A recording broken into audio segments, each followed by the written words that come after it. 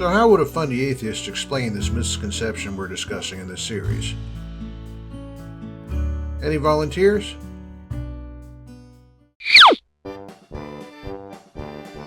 If the original manuscripts were inerrant, why didn't God preserve their inerrancy through copying and translation? An omnipotent, omniscient deity should have made his all-important message unmistakably clear to everyone, everywhere, at all times.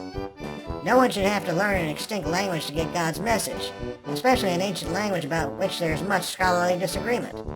If the English translation is flawed or imprecise, then God failed to get his point across to English speakers. A true fundamentalist should consider the English version of the Bible to be just as inerrant as the original. Because if we admit that human error was possible in the translations, then it was equally possible in the original writing. Okay, let me ask you a few questions. First, on what basis do you determine what a true fundamentalist should believe? Second, why does the possibility of human error in translation and copying make it an equal possibility that the original was corrupted? And third, how have you become omniscient enough to know what an omniscient deity could or would do? If anything, it seems to me that because there have been only one set of originals, but an incredible multitude of copies and translations, the odds are inestimably greater that one would find error in the copies even if the originals were not inerrant.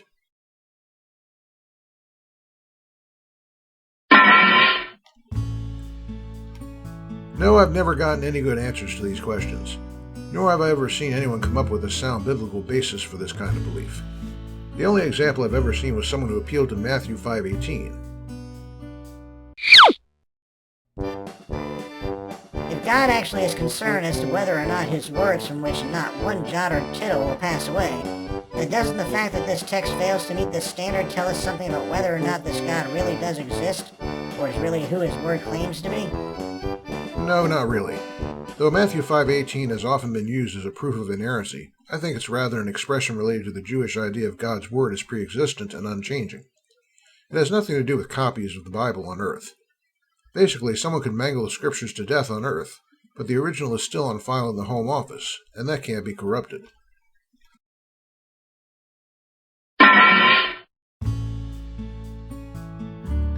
So much for the biblical basis. In the next vid, we'll have a look at some religious and philosophical reasons why we don't have inerrant copies. See you then.